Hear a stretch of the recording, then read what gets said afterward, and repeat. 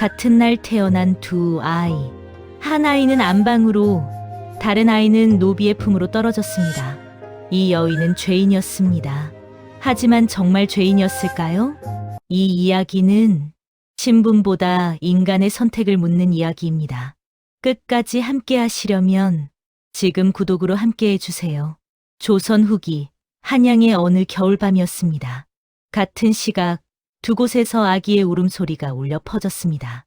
한 곳은 기와집 높이 솟은 양반 대감댁의 안채였고, 다른 한 곳은 허름한 행랑채의 좁은 방이었습니다. 같은 하늘 아래, 같은 달빛을 받으며 태어난 두 생명. 하지만 그 운명은 이미 갈려 있었습니다. 축하드립니다, 대감마님. 옥동자이십니다. 산파의 기쁜 목소리가 안채에 울려 퍼졌습니다. 김 대감댁 안방에서는 촛불이 환하게 밝혀지고 하인들이 분주히 오갔습니다. 붉은 비단 이불 위에 놓인 아기는 온 집안의 축복을 받으며 첫 숨을 내쉬었습니다. 이 아이의 이름은 설아라 하겠소. 눈처럼 순결하고 아름답게 자라길. 김 대감은 흐뭇한 미소를 지으며 갓난아이를 내려다보았습니다.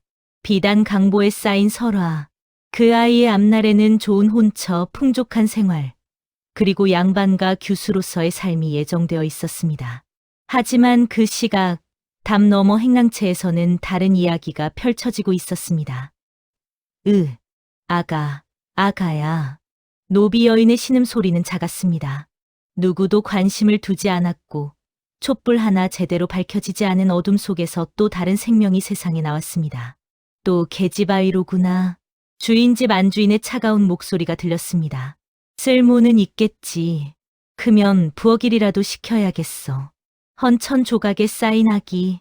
이름조차 제대로 지어지지 않은 채 월이라는 이름으로 불리게 될 그 아이는 노비 어미의 품에서 첫 밤을 보냈습니다. 같은 밤, 같은 하늘 아래 태어났지만 한 아이는 비단을, 한 아이는 헌천을 받았습니다. 그러나 이 밤의 선택이 모든 것을 결정짓지는 않았습니다. 아니, 어쩌면 이 밤의 선택이야말로 거대한 운명의 수레바퀴를 돌리는 시작이었는지도 모릅니다. 훗날 설아는 양반가의 규수로 자랐지만 그 삶은 생각보다 좁았습니다. 높은 담 안에 갇혀 하고 싶은 말도 마음대로 할 수 없었고 가고 싶은 곳도 갈 수 없었습니다. 반면 월이는 비록 천민으로 태어났지만 시장 바닥을 뛰어다니며 세상을 배웠습니다. 사람의 마음을 읽는 법을, 살아남는 법을, 그리고 때로는 금지된 글자들까지 익혔습니다. 두 아이는 자라며 서로의 존재조차 몰랐습니다. 하지만 운명은 이미 두 사람을 향해 같은 방향으로 실을 잡고 있었습니다. 그리고 15년 후, 한양 저작거리에서 두 여인이 처음 마주쳤습니다. 한 사람은 가마에서 내려 비단 치마를 휘날리며 걷고 있었고, 다른 한 사람은 물동이를 이고 그 옆을 지나쳤습니다. 눈이 마주쳤습니다. 단 한 번의 짧은 순간이었지만 둘 다 알 수 없는 이끌림을 느꼈습니다. 저 사람은 누구지? 같은 생각을 한 두 사람. 이 만남이 새 가문의 운명을, 그리고 조선의 어느 한 구석을 뒤흔들 사건의 시작이 될 줄 그때는 아무도 몰랐습니다. 태어날 때부터 갈린 두 운명. 하지만 그 운명은 이제 막 서로를 향해 다가가기 시작했습니다. 윤씨 가문의 사대부 저택. 안채 마루에는 15살 규수 윤씨가 앉아있고 그 옆에는 같은 나이의 몸종 연하가 무릎을 꿇고 있었습니다. 처음에는 아무도 몰랐습니다. 주인과 종이 닮았다는 것을, 그 닮음이 점점 더 깊어진다는 것을. 하지만 시간이 흐르면서 사람들은 수군대기 시작했습니다. 아씨, 옷고름 여기 매드렸습니다. 연하가 조심스레 윤씨의 저고리 고름을 매만졌습니다. 그때 안채 밖을 지나가던 하녀가 문득 걸음을 멈췄습니다. 어머, 저 둘을 보게나. 뒤에서 보면 누가 아씨고 누가 몸종인지 분간이 안 가네. 쉬, 조심해. 들리면 큰일 나. 하지만 소문은 이미 퍼지기 시작했습니다. 창문 너머로 두 사람을 본 사람들은 모두 같은 생각을 했습니다. 같은 목선, 같은 콧날, 같은 눈매, 심지어 미소 짓는 모습까지 닮았습니다. 전생의 자매였나 보네. 아니면, 어쩌면. 말끝을 흐리는 사람들의 시선이 점점 날카로워졌습니다. 윤 씨의 어머니 안주인은 그 소문을 듣고 불안해하기 시작했습니다. 연아를 당장 다른 곳으로 보내시오. 밤중에 남편에게 말했습니다. 아니, 무슨 소리요? 연아는 우리 딸을 어려서부터 돌본 아이인데 그래서 더 위험합니다. 사람들이 이상한 소문을 퍼뜨리고 있어요. 우리 윤 씨가 혹시 바꿔치기 당한 게 아니냐고요. 허무맹랑한 소리. 하지만 안주인의 얼굴에는 일심의 그림자가 짙게 드리워져 있었습니다. 그날 밤부터 연아를 향한 시선이 달라졌습니다. 더 이상 딸을 돌보는 충직한 몸종이 아니라 무언가 위험한 존재로 보이기 시작한 것입니다. 어느 날 저녁 윤 씨가 노쇠 거울 앞에 앉았습니다. 연아야, 내가 내 머리를 비켜다오. 예, 아씨. 거울 속에 두 얼굴이 나란히 비쳤습니다. 윤 씨는 말없이 거울을 응시했습니다. 연아도 손을 멈추고 거울을 바라봤습니다. 연아야. 예, 아씨. 우리가 닮았니? 침묵이 흘렀습니다. 저는 그저 아씨를 닮고 싶었을 뿐입니다. 연아의 목소리는 떨렸습니다. 닮고 싶다고 닮아지는 게 아니잖니. 이상하지 않니? 우리가 이렇게 닮은 게. 윤 씨의 눈빛이 흔들렸습니다. 두려움과 호기심이 뒤섞인 복잡한 감정이었습니다. 혹시 우리가 정말 전생의 자매였던 걸까? 하지만 연아는 대답하지 못했습니다. 그로부터 며칠 후 윤 씨 가문에 혼담이 들어왔습니다. 명문가의 도련님이 윤 씨를 보고 혼인을 청한 것입니다. 좋은 혼처입니다. 이번 기회를 놓치면 안 됩니다. 온 집안이 기뻐했습니다. 하지만 그날 밤 뜻밖의 일이 벌어졌습니다. 촛불이 꺼진 안채에서 누군가가 몸종 연아를 윤 씨로 착각하는 일이 생긴 것입니다. 아씨, 큰일 났습니다. 도련님께서. 하인이 황급히 달려왔지만 어둠 속에서 연아를 윤 씨라 여기고 급한 전가를 전했습니다. 그 작은 착각이 거대한 파국의 시작이었습니다. 닮은 얼굴. 그것은 축복이 아니었습니다. 저주였습니다. 주인과 종이 닮았다는 것. 그 사실이 두 사람의 운명을 그리고 두 집안의 미래를 뒤흔들기 시작했습니다. 우리가 닮은 건 우연이 아니었어. 어둠 속에서 윤 씨가 중얼거렸습니다. 그리고 그 순간 누군가가 이 닮음을 이용하려는 계획을 세우고 있었습니다. 혼인을 사흘 앞둔 봄날, 윤 씨 가문은 경사를 준비하느라 분주했습니다. 붉은 비단이 안채에 펼쳐지고 귀한 폐물들이 하나씩 준비되었습니다. 하지만 그날 밤 기쁨은 순식간에 공포로 바뀌었습니다. 도둑이야, 신부 폐물이 사라졌다. 한밤중에 터진 비명 소리. 그 소리와 함께 연아의 운명도 나락으로 떨어지기 시작했습니다. 대체 어찌 된 일이오? 윤 씨의 아버지가 호통을 쳤습니다. 안채 사랑방에는 집안의 모든 하인들이 무릎을 꿇고 있었습니다. 혼수 폐물 상자가 열려 있었고 옥비녀와 금가락지가 사라졌습니다.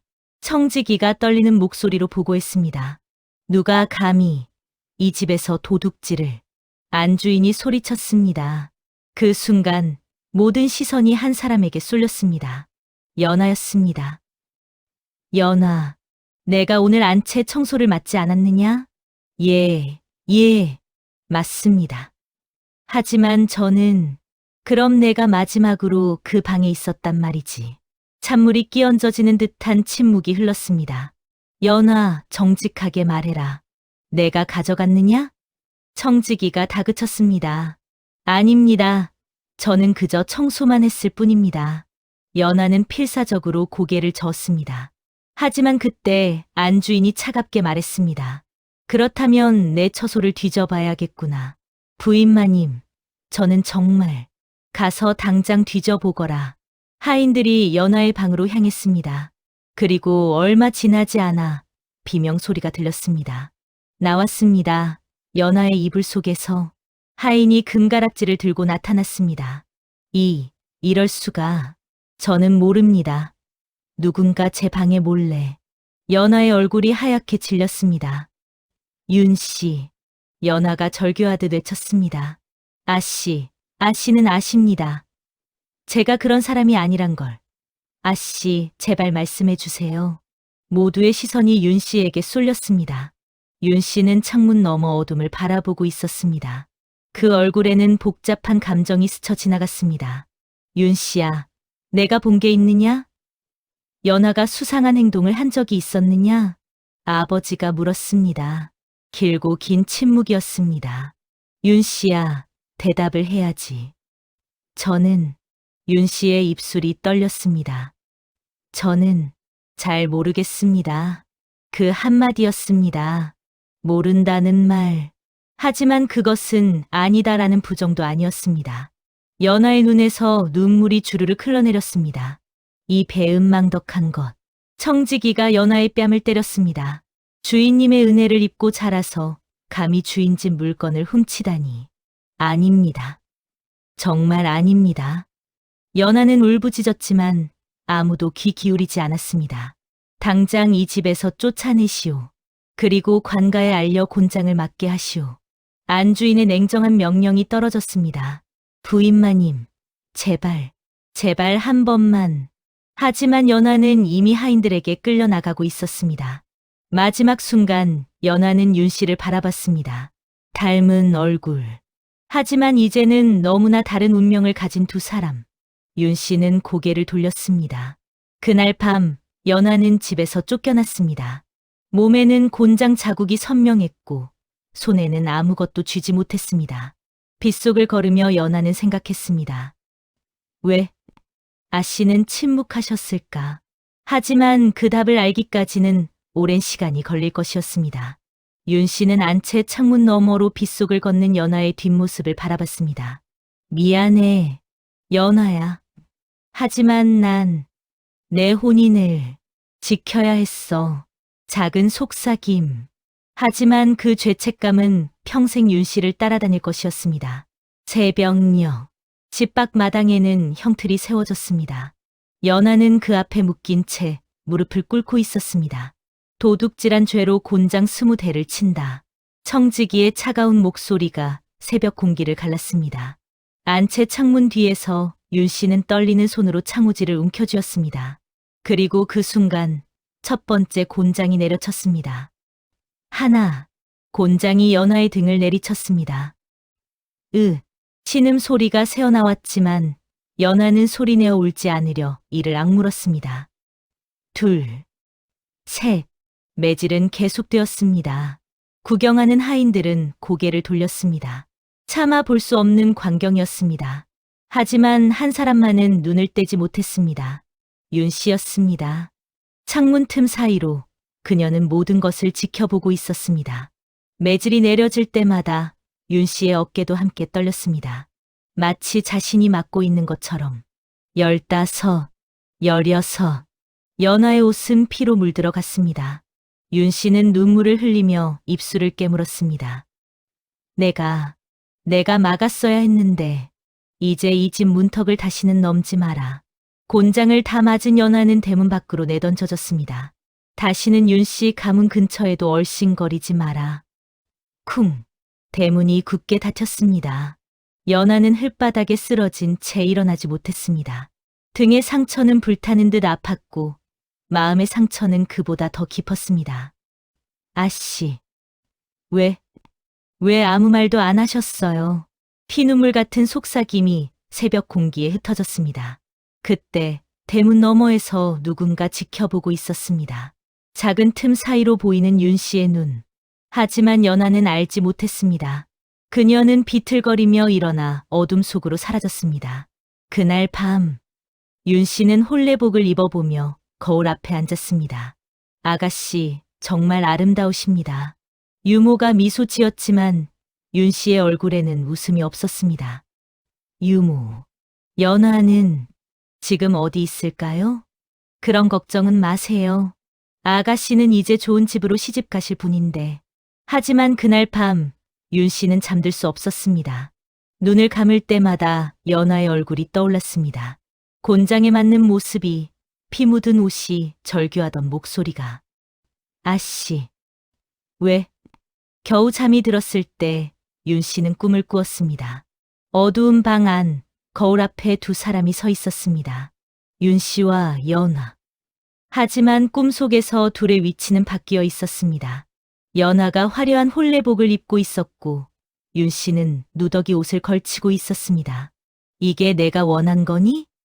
꿈속의 연아가 물었습니다. 내 자리를 빼앗은 기분이 어때? 아니야.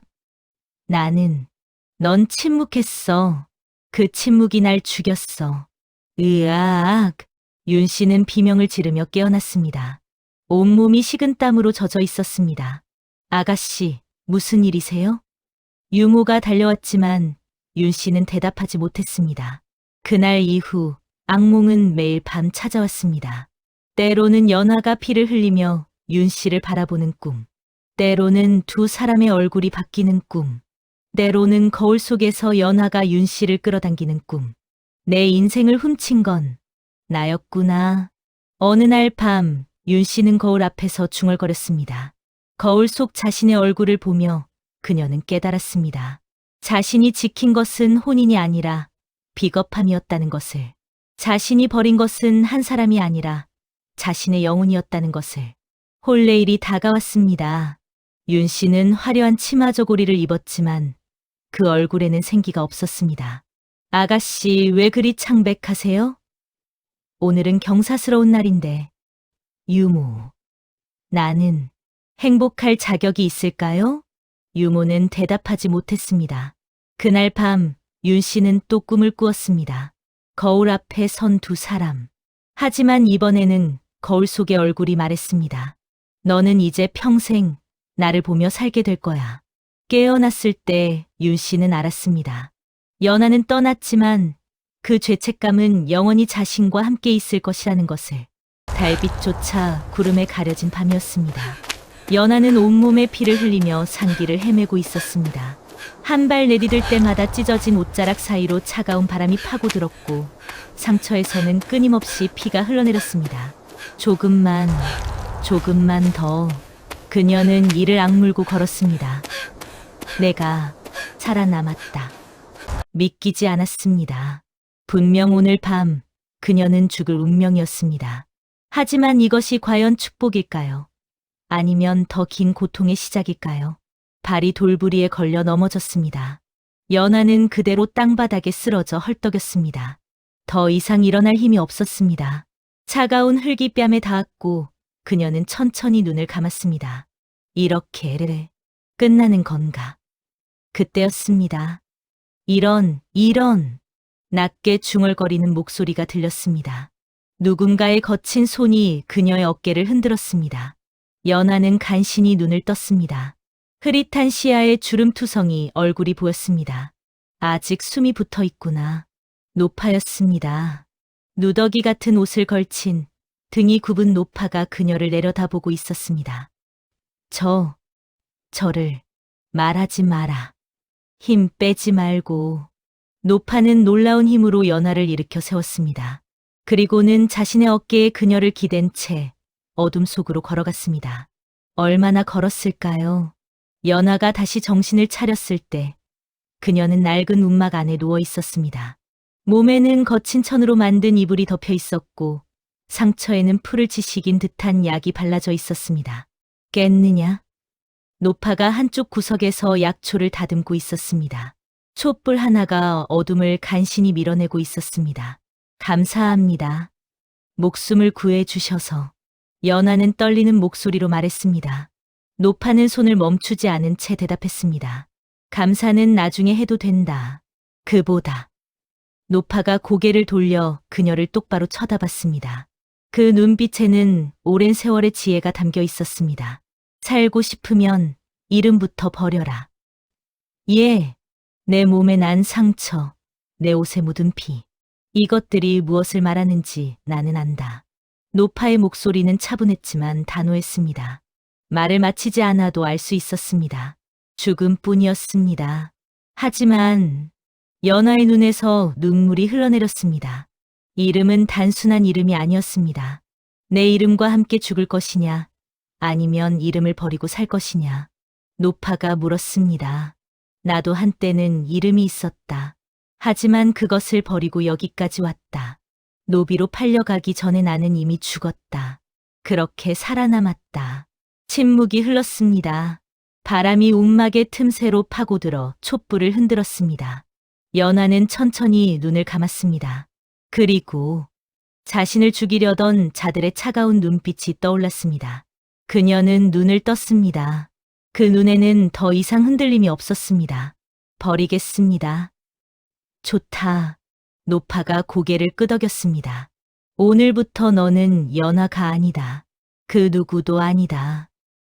그럼 저는 누가 되는 건가요? 연하가 아니 이제는 이름 없는 여인이 물었습니다. 노파는 다시 약초를 다듬기 시작했습니다. 그리고 등을 돌린 채 말했습니다. 그것은 내가 살아남으며 스스로 찾아야 할 것이다. 죽은 자는 이름이 필요 없다. 하지만 다시 태어나는 자는 새로운 이름을 얻게 되지. 촛불이 바람에 흔들렸습니다. 어둠 속에서 한 여인이 죽고 다른 누군가가 태어나고 있었습니다. 살기 위해 모든 것을 버린 여인의 긴 여정이 이제 막 시작되었습니다. 노파의 움막에서 보낸 지 열흘째 되는 날이었습니다. 연하의 상처는 많이 나아졌지만 마음의 상처는 여전히 아물지 않았습니다. 매일 밤 악몽 속에서 가족들의 비명소리를 들으며 깨어났습니다. 그날도 노파는 새벽부터 움막을 나섰습니다. 장에 가서 약초를 팔고 필요한 물품을 구해온다고 했습니다. 연하는 혼자 남아 움막 안을 정리하며 노파를 기다렸습니다. 해가 중천에 이를 무렵 노파가 돌아왔습니다. 하지만 오늘은 표정이 평소와 달랐습니다. 무언가 심각한 소식을 들은 듯했습니다. 무슨 일이신가요? 연하가 조심스럽게 물었습니다. 노파는 한동안 말없이 앉아 있더니 천천히 입을 열었습니다. 장에서 흥미로운 소식을 들었다. 소식이요? 윤씨 가문 말이다. 인근 고을의 양반집인데 노파가 잠시 말을 멈췄습니다. 그리고는 연하를 똑바로 쳐다봤습니다. 그 집 외동딸이 보름 전에 죽었다고 한다. 연하의 가슴이 철렁 내려앉았습니다. 죽음 이야기는 아직도 그녀에게 너무나 생생했습니다. 병이었다더라. 혼인을 불과 한 달 앞두고 급작스럽게 앓다가 갔다고 한다. 그런 안타까운 일이군요. 연하는 고개를 숙이며 말했습니다. 노파는 계속 말을 이어갔습니다. 문제는 그 혼처가 서울의 권세가라는 것이다. 이미 혼례 날짜까지 정해져 있었는데 신부가 죽어버렸으니 양쪽 집안이 모두 난처한 상황이지. 그럼 혼사는 파기되겠군요. 그게 그렇지가 않다. 노파의 목소리에 묘한 기운이 실렸습니다. 윤씨 집안은 이번 혼사로 세도가와 연을 맺어 집안을 일으킬 기회였다. 그런데 딸이 죽었다는 소식을 알리면 모든 것이 물거품이 되는 것이지. 그래서 노파가 말을 끊었습니다. 연하는 불안한 마음으로 노파를 바라봤습니다. 윤씨 집안에서는 딸의 죽음을 숨기고 있다더라. 병으로 몸이 약해져 혼례까지 칩거한다는 핑계를 대면서 말이다. 순간 연하는 노파가 왜 이 이야기를 하는지 깨달았습니다. 온몸에 소름이 돋았습니다. 설마. 그렇다. 그들은 대역을 찾고 있다. 노파가 단호하게 말했습니다. 죽은 딸과 비슷한 나이의 여자. 신분을 속일 수 있을 만큼 교양 있는 여자. 그리고 무엇보다 입을 다물 수밖에 없는 처지의 여자. 침묵이 흘렀습니다. 촛불 타는 소리만이 작게 들렸습니다. 저는 그럴 수 없습니다. 연하가 떨리는 목소리로 말했습니다. 죽은 사람의 이름을 빼앗는다는 것은, 그것은 내 이름은 이미 죽었다. 노파가 냉정하게 말을 끊었습니다. 연하라는 이름은 이 세상에 없다. 관가의 기록에는 내가 죽은 것으로 되어 있을 것이다. 역적의 딸로 말이다. 그 말에 연하는 아무 말도 할 수 없었습니다. 지금 너에게는 두 가지 길밖에 없다. 노파가 두 손가락을 펼쳐 보였습니다. 하나, 이 산속에서 평생 숨어 사는 것. 이름도 없이 신분도 없이 그저 죽은 자처럼 살아가는 것이다. 연하는 숨을 죽이고 들었습니다. 둘, 윤 씨의 이름을 받아 새로운 삶을 사는 것. 위험하지만 적어도 사람으로 살 수 있는 길이다. 하지만 그것은 속임수입니다. 혼인하는 상대도 그 집안도 속이는 속임수. 노파가 쓴웃음을 지었습니다. 연하는 입술을 깨물었습니다. 노파의 말이 틀리지 않았습니다. 윤 씨 집안도 안다. 그들이 찾는 것은 진짜 딸이 아니라 딸의 역할을 해줄 사람이라는 것을. 서로가 서로를 속이는 것이다. 하지만 그 속에서 너는 살아남을 수 있다. 밤이 깊어갔습니다. 연하는 잠들지 못하고 뒤척였습니다. 머릿속에서는 수많은 생각이 소용돌이쳤습니다. 내가 만약 윤 씨가 된다면 살아남을 수 있습니다. 신분을 얻고 보호를 받고 사람답게 살 수 있습니다. 하지만 동시에 평생 거짓 속에서 살아가야 합니다. 죽은 이의 이름으로, 죽은 이의 인생으로. 하지만 내 이름으로 산다는 것은 이미 불가능하지 않은가. 동이 트기 시작했습니다. 희미한 아침빛이 움막 안으로 스며들었습니다. 연하는 천천히 일어나 앉았습니다. 그리고 노파를 바라봤습니다. 노파는 이미 깨어 있었습니다. 마치 연하의 결정을 기다리고 있었던 것처럼. 저는 연하가 입을 열었습니다. 목소리는 떨렸지만 눈빛만은 흔들리지 않았습니다. 윤 씨가 되겠습니다. 노파는 고개를 끄덕였습니다. 놀라지도 기뻐하지도 않았습니다. 그저 담담하게 받아들였습니다. 후회하지 않겠느냐? 후회할 겁니다. 연하가 솔직하게 대답했습니다. 하지만 죽는 것보다는 거짓으로라도 사는 것이 낫습니다. 제가 살아있어야 언젠가 말을 끝맺지 못했습니다. 언젠가 무엇을 할 수 있을지 그녀 자신도 몰랐습니다. 하지만 분명한 것은 죽으면 아무것도 할 수 없다는 것이었습니다. 좋다. 노파가 일어섰습니다. 그럼 이제부터 너는 윤 씨 가문의 외동딸이다. 죽은 연하는 잊어라. 죽은 윤 씨의 이름으로 살아가거라. 그 이름이 무엇입니까? 연하가, 아니 이제는 더 이상 연하가 아닌 여인이 물었습니다. 윤설인. 노파가 말했습니다. 오늘부터 너는 윤설인이다. 윤설인. 그녀는 그 이름을 입 안에서 굴려봤습니다. 낯설고 어색했습니다. 하지만 동시에 이상하게도 새로운 가능성처럼 느껴졌습니다. 죽은 이의 이름. 하지만 그 이름으로 살아갈 신분. 그녀는 거울도 없는 움막 안에서 보이지 않는 자신의 얼굴을 만져봤습니다. 연하의 얼굴은 죽고 윤설인의 얼굴이 태어나는 순간이었습니다. 노파가 말했습니다. 사흘 후 윤 씨 집안에 사람이 올 것이다. 그때까지 너는 윤설인으로 다시 태어나야 한다. 걸음걸이, 말투, 행동거지 하나하나를 가르쳐 주시겠습니까? 내가 할 수 있는 것은 해주마. 하지만 진짜 윤설인이 되는 것은 내 몫이다. 그렇게 연하는 죽고 윤설인이 태어났습니다. 두 번째 삶. 빌려온 이름으로 시작하는 위태로운 삶의 시작이었습니다. 석 달이 흘렀습니다. 윤 씨 가문의 대문이 열리고 가마 하나가 안으로 들어섰습니다. 대문 앞에는 하인들이 줄지어 서 있었고 집안 곳곳에서 호기심 어린 시선들이 쏟아졌습니다. 가마 안에 앉아 있던 여인은 깊게 숨을 들이쉬었습니다. 윤설인. 아니, 한때 연하였던 그녀였습니다. 아씨, 도착하셨습니다. 가마를 맨 하인이 조심스럽게 말했습니다. 윤설이는 떨리는 손으로 가마 문을 열고 밖으로 나왔습니다. 설이나. 마당 끝에서 한 중년 부인이 달려왔습니다.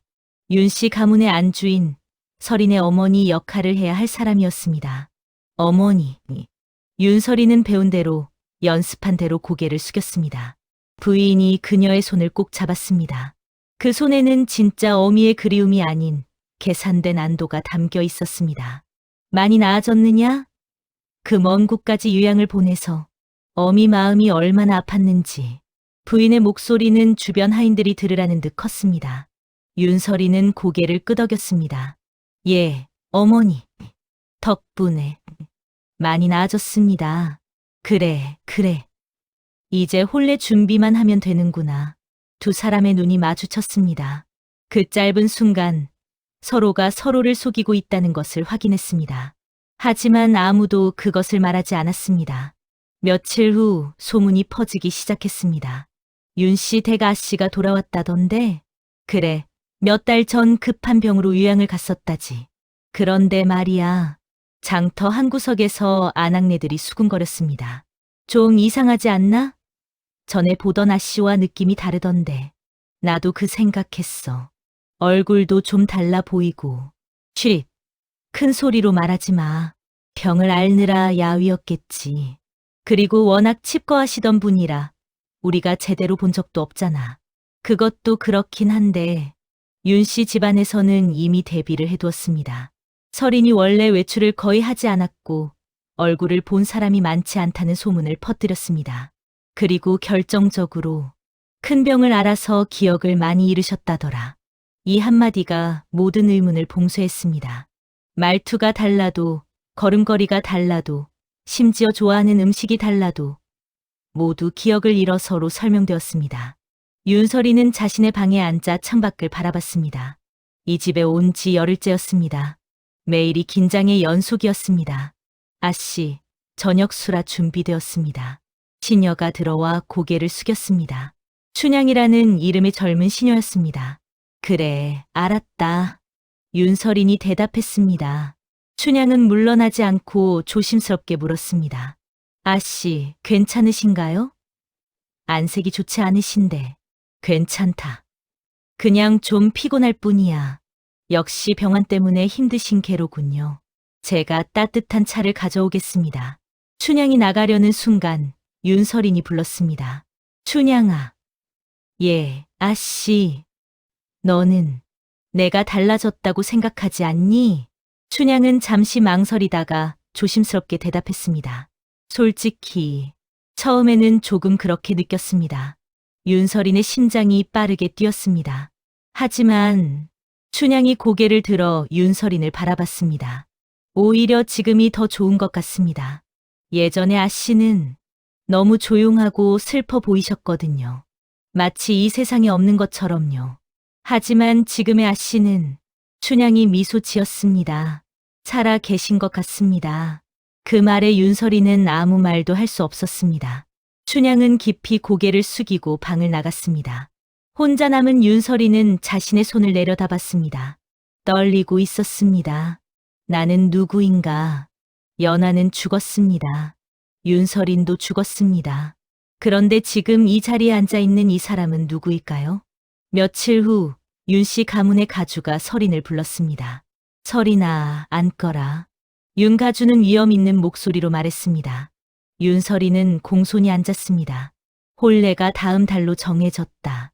예, 아버지. 신랑 댁에서는 내가 병을 앓았다는 소식을 듣고도 혼사를 미루지 않았다. 그만큼 우리 집안과의 혼인을 중요하게 여기는 것이다. 윤 가주가 설인을 똑바로 쳐다봤습니다. 내가 해야 할 일이 무엇인지 알겠느냐? 예. 좋다. 혼례 때까지 절대 실수하지 마라. 그리고 혼인 후에도 마찬가지다. 평생 윤설인으로 살아야 한다. 명심하겠습니다. 윤 가주가 손을 흔들어 그녀를 물렸습니다. 방을 나서는 윤설인의 등 뒤로 낮은 목소리가 들렸습니다. 우리 모두에게 이것이 최선이다. 그날 밤 윤설이는 또다시 잠들지 못했습니다. 창밖으로 달빛이 스며들었습니다. 평생 윤설인으로 살아야 한다. 그 말이 계속 머릿속을 맴돌았습니다. 처음에는 살아남기 위한 선택이었습니다. 하지만 이제는 돌이킬 수 없는 길이 되었습니다. 마을에서는 소문이 점점 잦아들었습니다.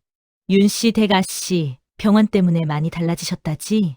그래도 혼례는 예정대로 한다던데. 신랑 댁에서도 이해하신다고. 역시 양반집들은 다르구만. 서로 체면 때문에라도 일을 잘 마무리 짓지. 사람들은 고개를 끄덕이고 각자의 일로 돌아갔습니다. 기억을 잃은 양반집 규수의 이야기는 곧 일상 속으로 묻혔습니다. 하지만 윤설이는 알고 있었습니다. 이것은 시작일 뿐이라는 것을. 가장 어려운 시험은 아직 남아있다는 것을. 바로 혼례. 그리고 그 후의 삶. 자신을 전혀 모르는 남자와 평생을 함께 살아야 합니다. 그 남자 앞에서도 그 집안 사람들 앞에서도 평생 윤설인으로 살아야 합니다. 한 번도 본 적 없는 남자. 하지만 곧 남편이 될 사람.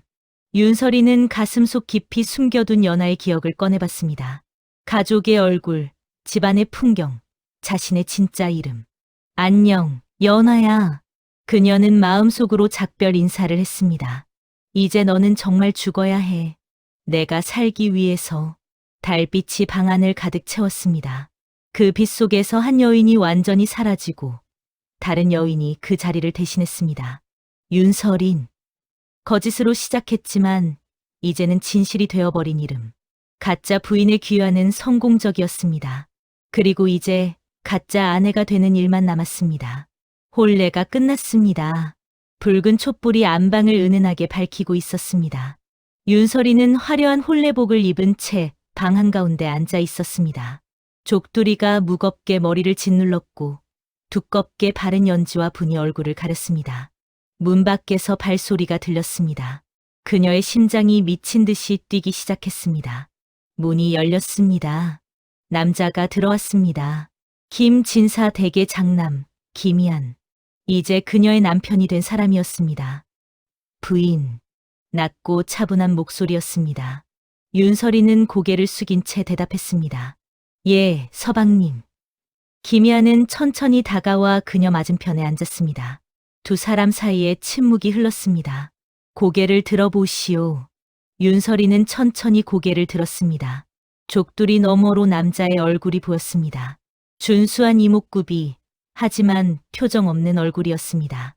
김희안은 그녀를 한참 동안 바라봤습니다.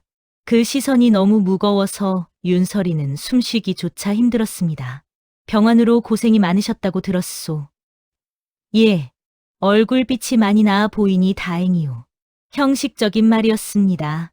그의 목소리에는 어떤 감정도 실려 있지 않았습니다. 오늘은 긴 하루였으니 먼저 쉬시오.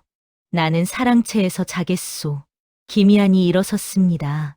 윤설이는 놀라서 그를 올려다봤습니다. 서방님. 아직 병원에서 완전히 회복하지 못하셨을 테니 몸조리를 먼저 하시오. 우리에게는 시간이 있소. 그는 그렇게 말하고 방을 나갔습니다. 문이 닫히는 소리가 유난히 크게 들렸습니다. 혼자 남은 윤설이는 그대로 앉아 있었습니다. 안도와 동시에 이상한 허전함이 밀려왔습니다. 며칠이 지났습니다. 윤설이는 김진사 댁의 안주인으로서의 생활을 시작했습니다.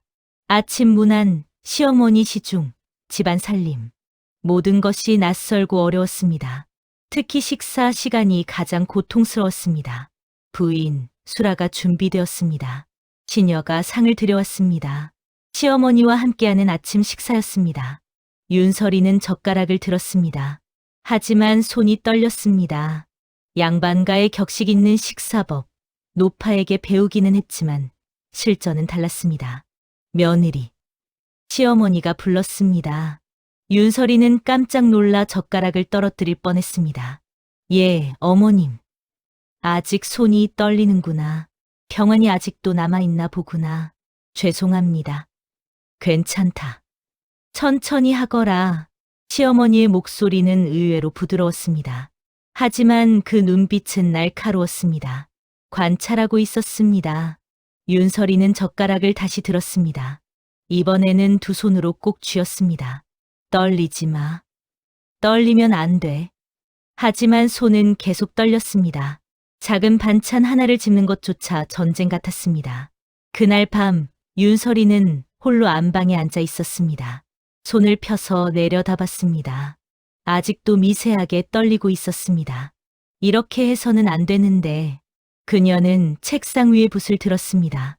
양반가 부인이라면 당연히 할 줄 알아야 하는 글씨 쓰기. 하지만 노파에게 배운 것만으로는 부족했습니다. 문이 열렸습니다. 김희안이 들어왔습니다. 혼례 이후 처음으로 밤에 안방을 찾은 것이었습니다. 서방님. 윤설이는 황급히 붓을 내려놓았습니다. 글씨 연습을 하고 계셨소? 김희안이 책상으로 다가왔습니다. 그리고 그녀가 쓴 글씨를 내려다봤습니다. 서툴구려. 그 한마디에 윤설인의 얼굴이 창백해졌습니다. 병환 전에는 글씨를 잘 쓰셨다고 들었는데 그것이 병을 앓으면서 손에 힘이 빠져서.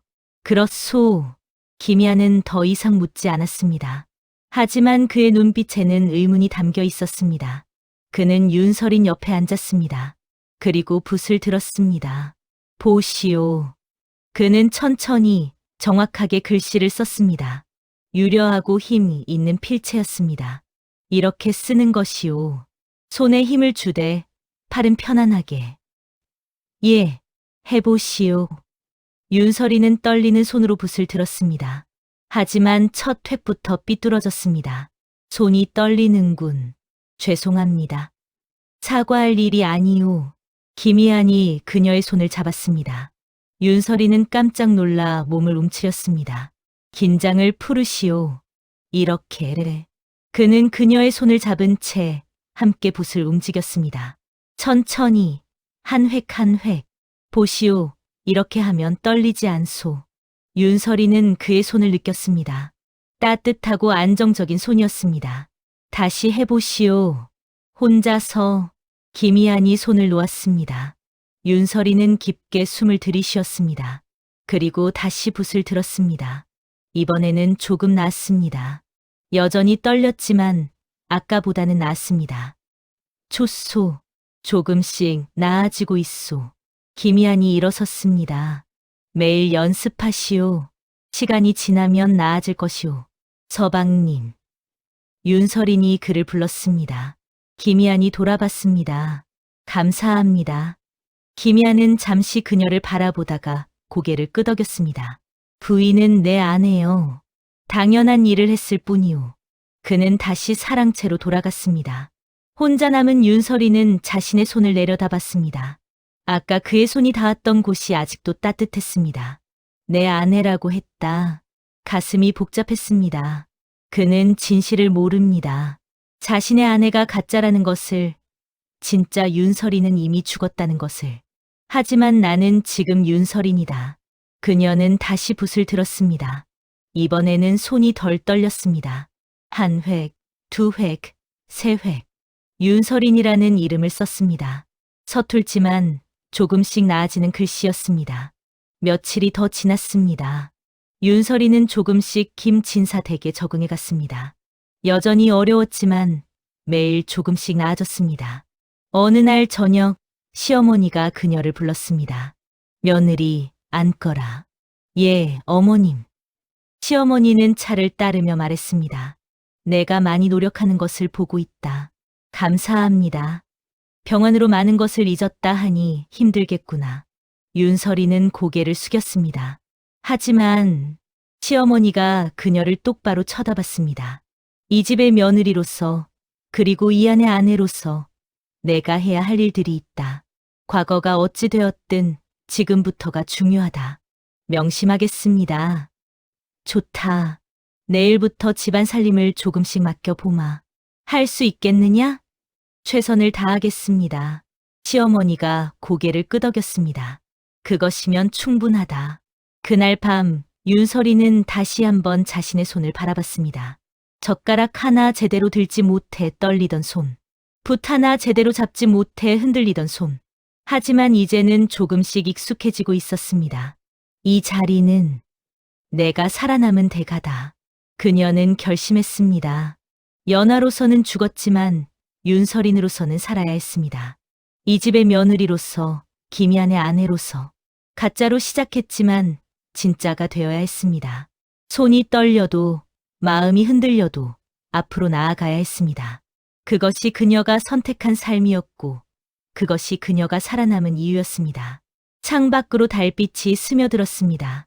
새로운 삶의 첫 발걸음을 뗀 여인 위로 차가운 밤바람이 불어왔습니다. 하지만 그녀는 더 이상 떨지 않았습니다. 혼례 후 한 달이 지났습니다. 윤설이는 아침 일찍 일어나 시어머니께 무난 인사를 드리러 갔습니다. 이제는 익숙해진 일과였습니다. 어머님, 안녕히 주무셨습니까? 그래, 들어오너라. 시어머니 심씨 부인은 위험 있는 목소리로 대답했습니다. 윤설이는 방으로 들어가 정중히 절을 올렸습니다. 심씨 부인의 눈이 그녀의 움직임을 따라갔습니다. 절하는 각도, 손을 모으는 위치, 고개를 숙이는 깊이. 모든 것을 관찰했습니다. 앉거라. 차를 마시자꾸나. 시녀가 차상을 들여왔습니다. 윤설이는 조심스럽게 차잔을 들었습니다. 며느리. 예, 어머님. 차가 뜨겁다. 천천히 마셔라. 감사합니다. 윤설이는 차잔을 입술에 가져갔습니다. 그리고 한 모금 마셨습니다. 심씨 부인의 눈이 가늘어졌습니다. 차 맛이 어떠하냐? 향이 좋습니다. 어머님께서 좋은 차를 주셔서 감사합니다. 그래, 이 차는 내가 예전에 좋아하던 차란다. 윤서린의 손이 미세하게 떨렸습니다. 그러셨습니까?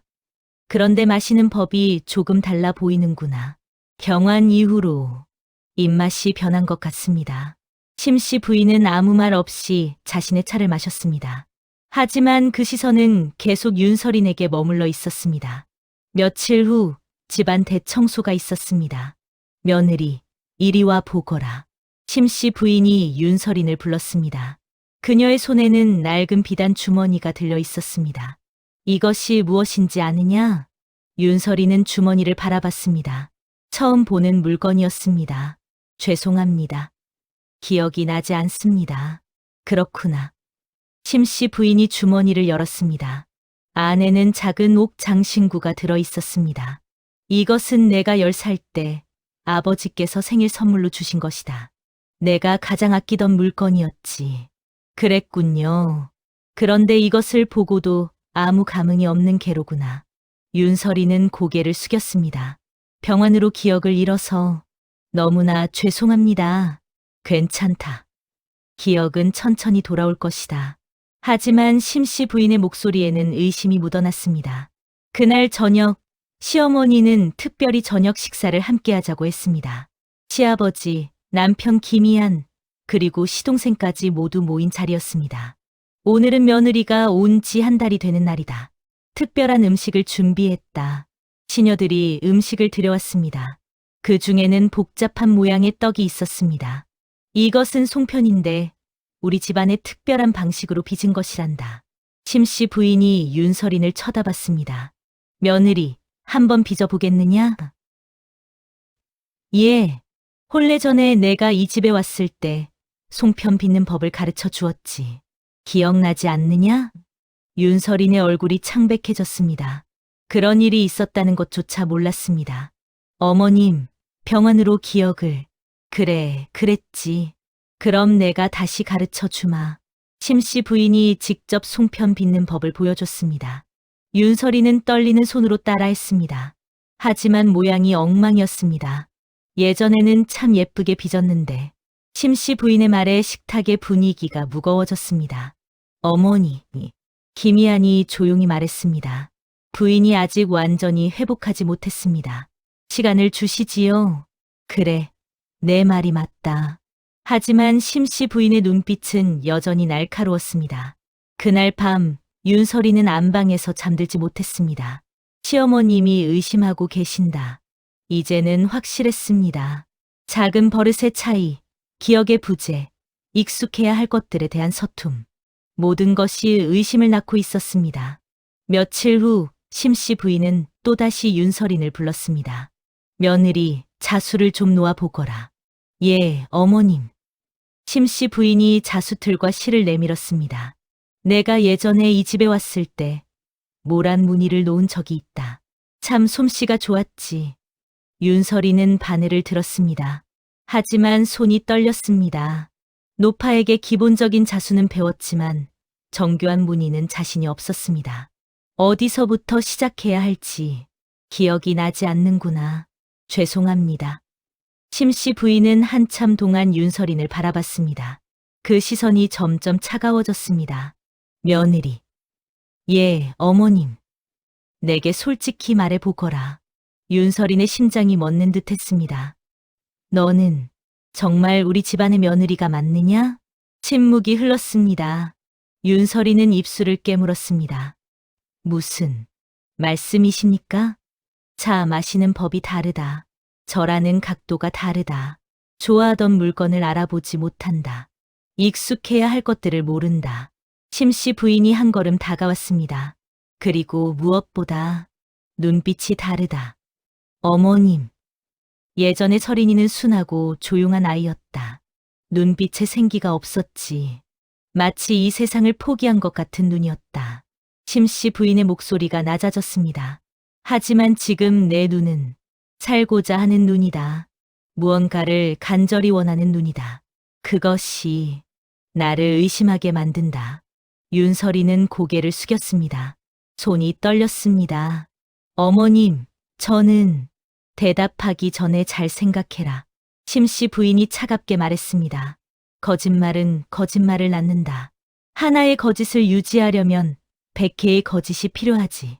그것을 평생 견딜 수 있겠느냐? 윤설이는 대답할 수 없었습니다. 내가 윤씨 집안과 연락을 했다.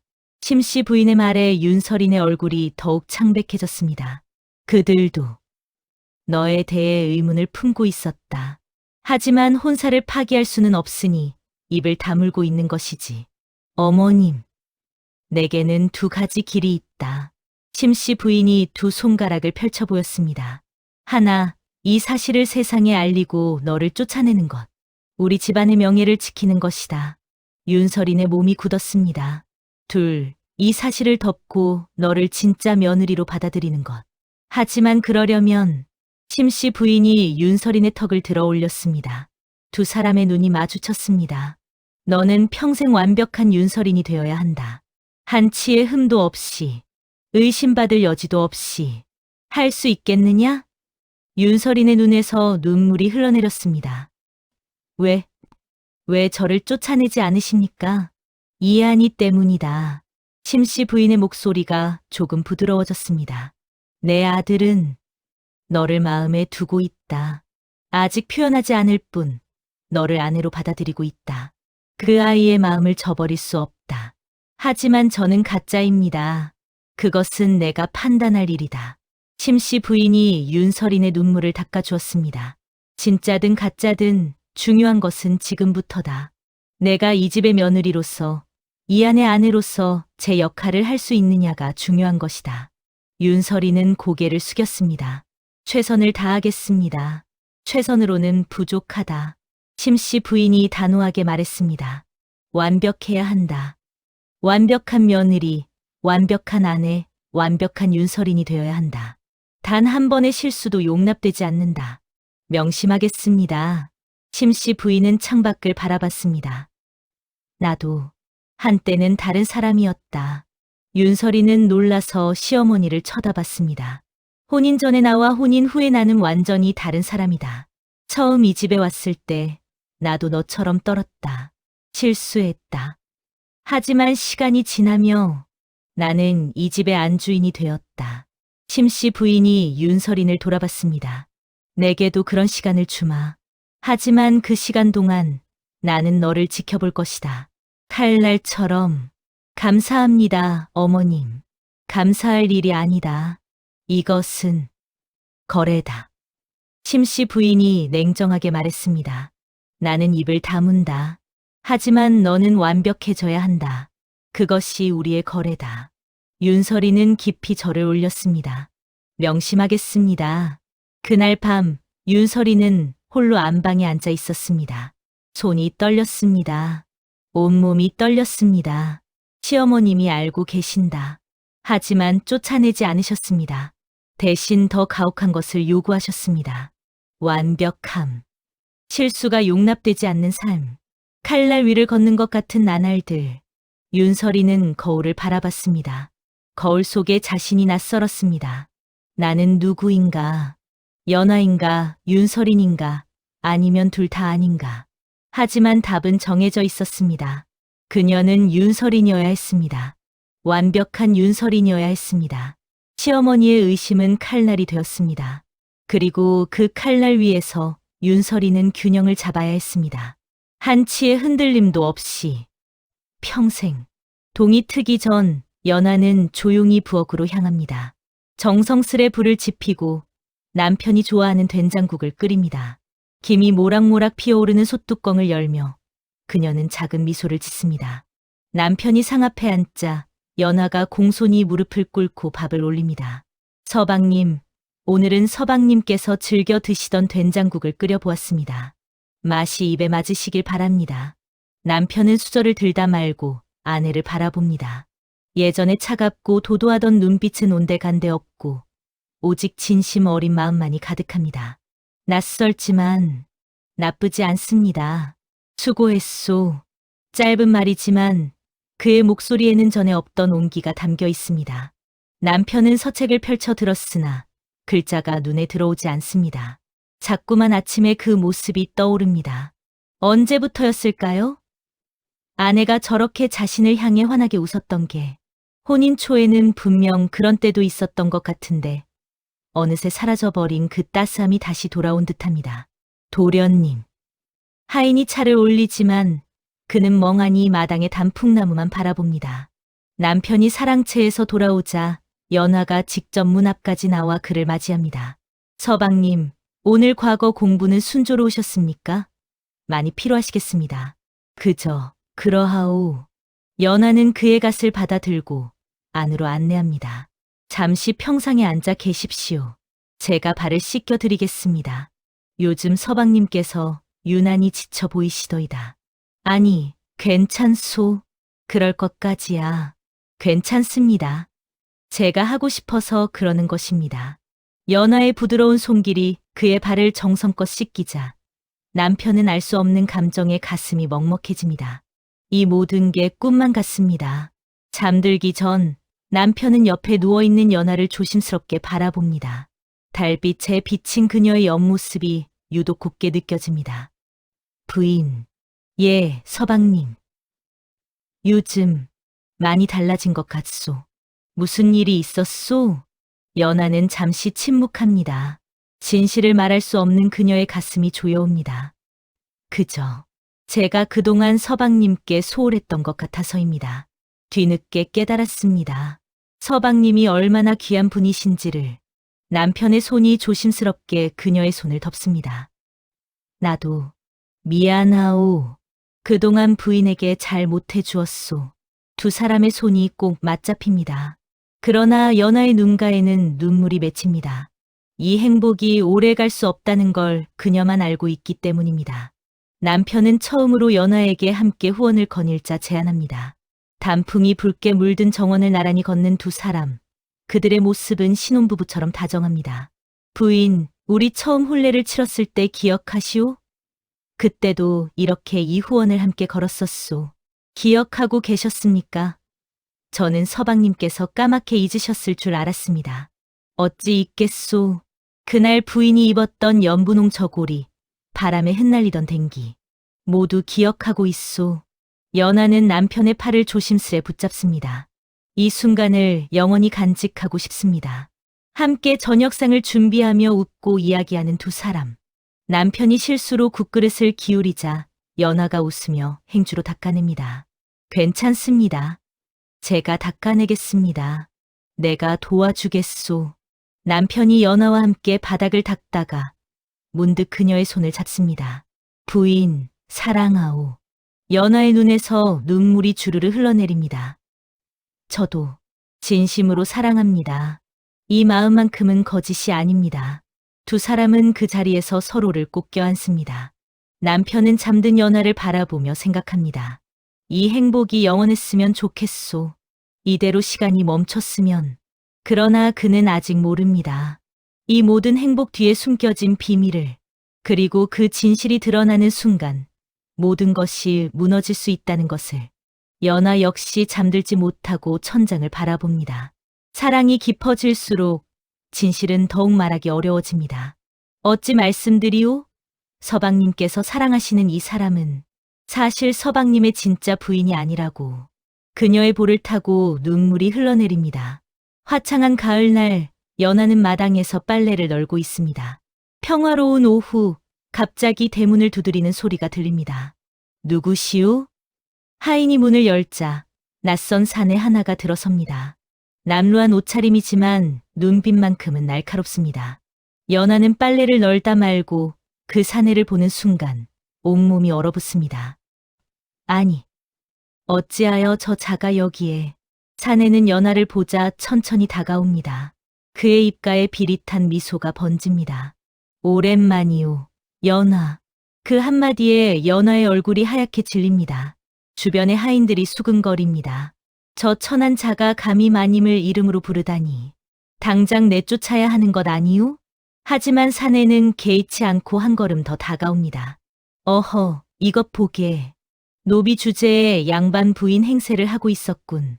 큰 출세를 하셨소, 연하. 입을 다물어 주시오. 연하의 목소리가 떨립니다. 손에 들고 있던 적삼이 바닥에 떨어집니다. 소란을 듣고 남편이 급히 마당으로 나옵니다. 무슨 일이오? 사내는 남편을 보자 공손히읍을 합니다. 아, 나리. 소희는 이 부인. 아니. 사내가 의미심장하게 연하를 바라봅니다. 연하와 옛날에 같은 양반댁에서 종살이를 하던 자입니다. 종살이? 남편의 얼굴이 굳어집니다. 무슨 헛소리요. 부인은 양반가의 규수였소. 규수라. 허허. 사내가 비웃듯 웃습니다.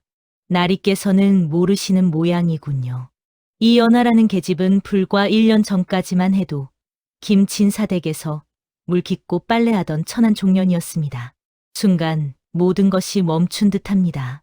남편은 믿을 수 없다는 표정으로 연하를 바라봅니다.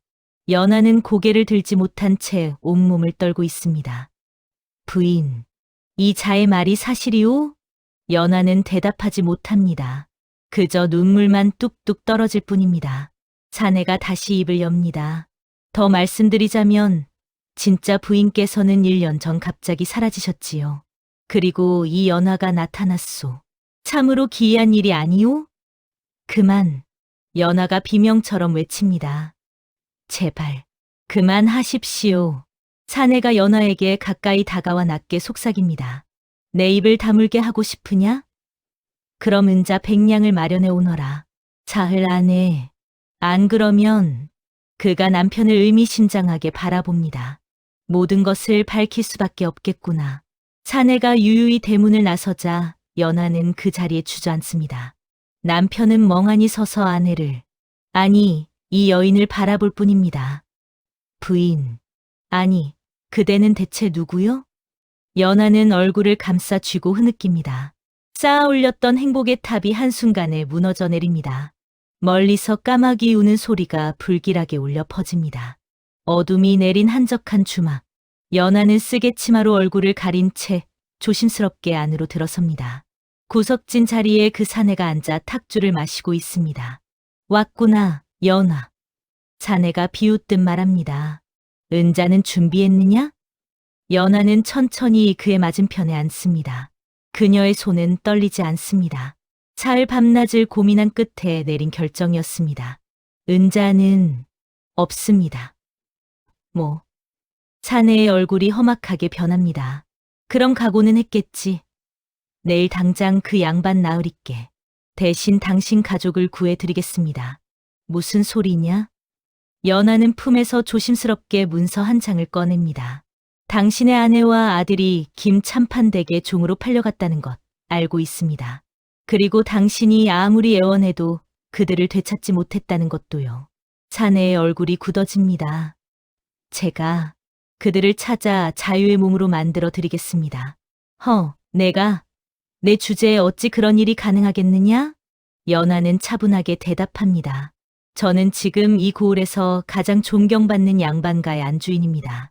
제 남편의 집안은 김참판과도 친분이 있고 제가 청한다면 불가능한 일이 아닙니다. 사내는 잠시 말이 없습니다. 연하의 눈빛이 달라졌습니다. 예전에 겁먹은 노비가 아닙니다. 하지만 조건이 있습니다. 조건? 당신은 이 일에 대해 영원히 입을 다물어야 합니다. 제가 누구였는지, 어떻게 이 자리에 왔는지, 무덤까지 가져가셔야 합니다. 연하가 사내의 눈을 똑바로 바라봅니다. 당신 가족의 자유와 제 비밀, 맞바꾸는 겁니다. 사내는 한참을 고민하다 고개를 끄덕입니다. 좋다. 하지만 내가 약속을 어기면 어기지 않을 겁니다. 제게도 지킬 것이 생겼으니까요. 두 사람은 술잔을 나눕니다.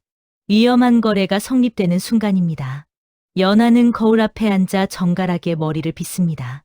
비녀를 꽂고 가장 품위 있는 치마 저고리를 입습니다. 이제 그녀는 단순히 역할을 연기하는 것이 아닙니다. 진짜 권력을 사용할 것입니다. 연하는 가마를 타고 김참판댁을 방문합니다. 하인들이 공손히 맞이합니다. 아니, 이게 누구신가? 박진사댁 부인이 아니신가? 김참판 부인이 반갑게 맞이합니다. 연하는 우아하게 읍을 합니다. 무례를 무릅쓰고 갑작스레 찾아뵙게 되어 송구합니다. 무슨 말씀을? 어서 들어오시게. 차를 마시며 담소를 나누던 중 연하가 조심스럽게 말을 꺼냅니다. 사실 부탁이 하나 있어 이렇게 찾아뵙게 되었습니다. 부탁이라니? 말씀해 보시게.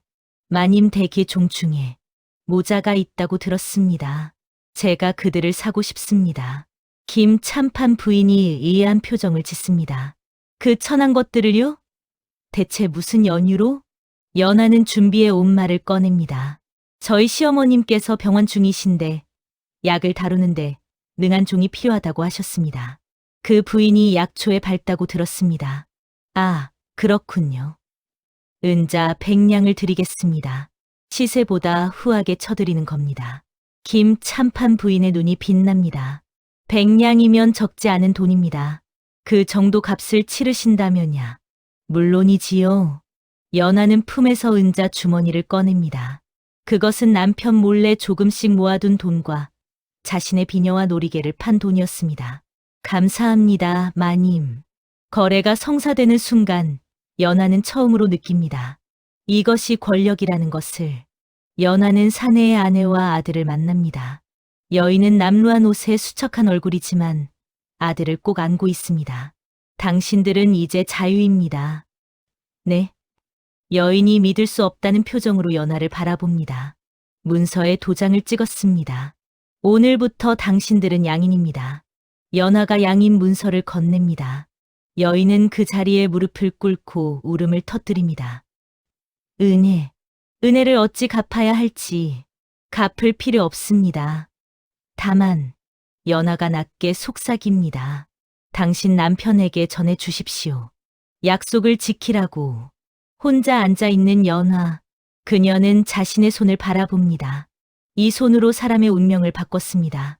종을 양인으로 만들었습니다. 이것이 양반의 권력이구나. 처음에는 살아남기 위해 시작한 일이었습니다. 하지만 이제 다릅니다. 그녀는 깨달았습니다. 이 자리가 단순히 안락함만을 주는 것이 아니라 다른 이들의 삶을 좌지우지할 수 있는 힘을 준다는 것을. 부인, 남편이 마루로 올라옵니다.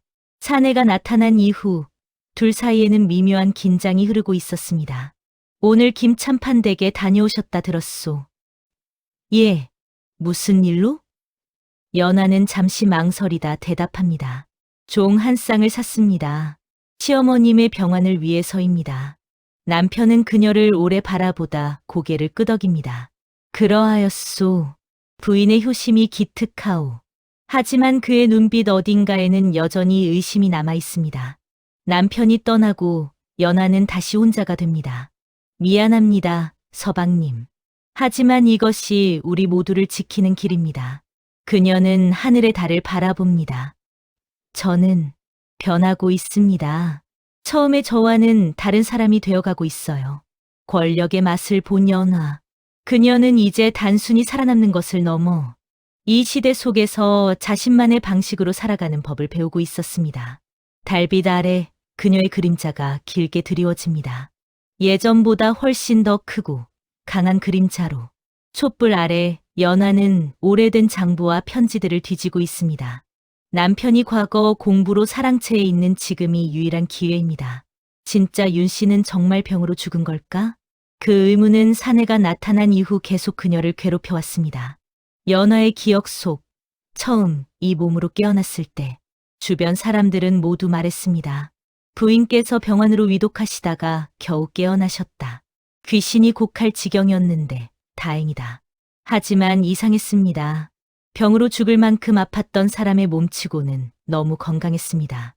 연하는 서랍 깊숙한 곳에서 구겨진 편지 하나를 발견합니다.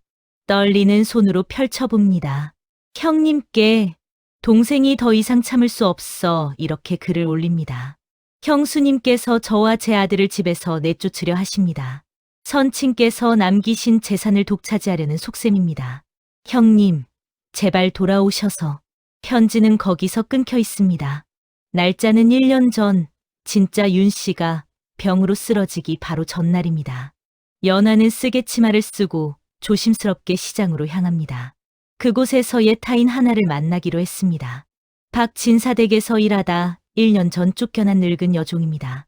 할멈, 저를 기억하십니까? 늙은 여종은 연하를 보자 놀란 표정을 짓습니다. 마님.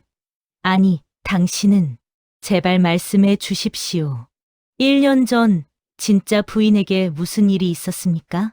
늙은 여종은 한참을 망설이다 입을 엽니다. 그날 큰 다툼이 있었습니다. 마님과 도련님의 숙부님 사이에. 숙부.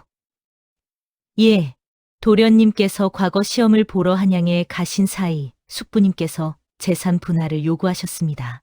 마님께서 거절하시자 여종의 목소리가 떨립니다. 그날 밤 마님께서 쓰러지셨습니다. 의원은 급체라 했지만 저는 봤습니다.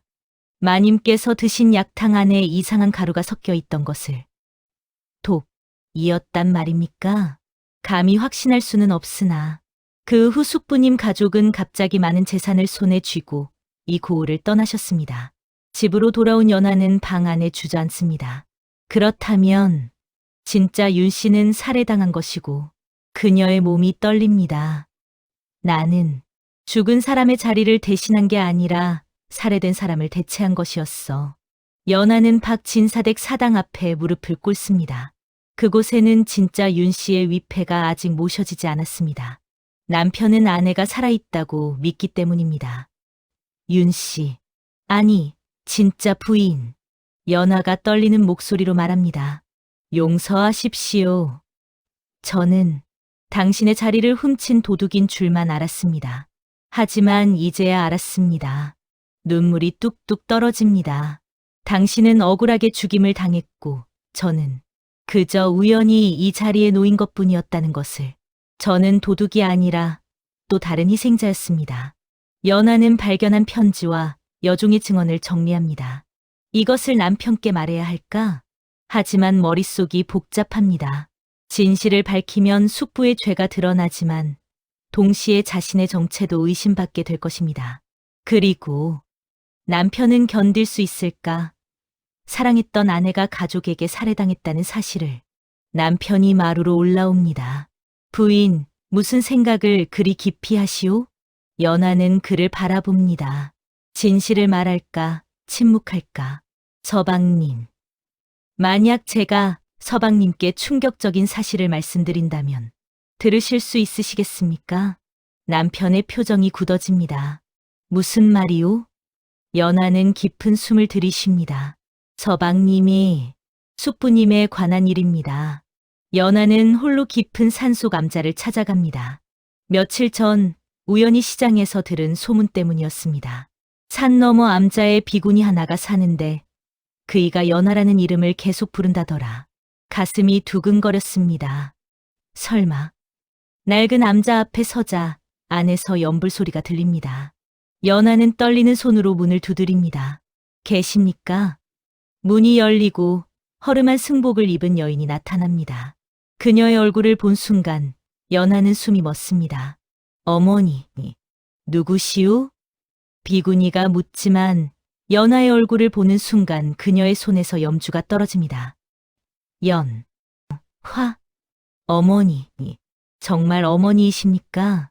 두 사람은 그 자리에서 서로를 끌어안고 울음을 터뜨립니다. 어머니는 떨리는 손으로 연하의 손을 잡습니다. 내가 살아있었구나. 관가에서 죽었다는 소식을 듣고. 어머니, 저는 죽지 않았습니다. 아니, 죽었다가 다시 살아났다고 해야 할까요? 연하는 자신에게 일어난 모든 일을 조심스럽게 이야기합니다.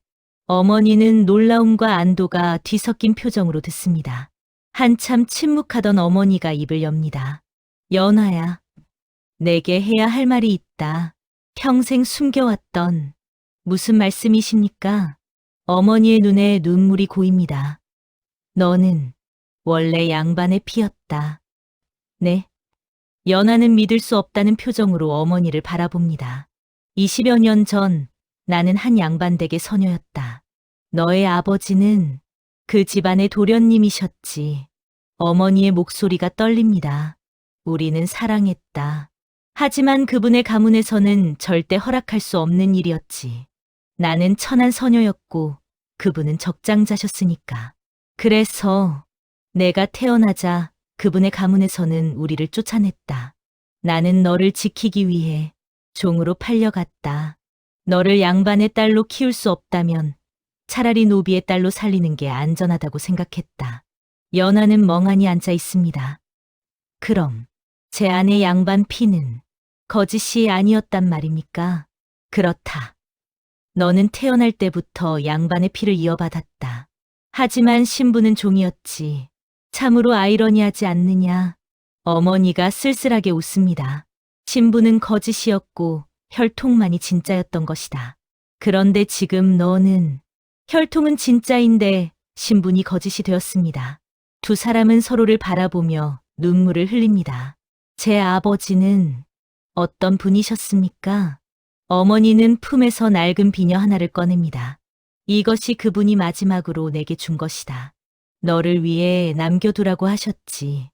연하는 그 비녀를 받아듭니다. 은으로 만든 정교한 매와 문양이 새겨져 있습니다. 그분은 너를 무척 사랑하셨다. 하지만 가문의 압력을 이기지 못하셨지. 3년 전 병으로 돌아가셨다고 들었다.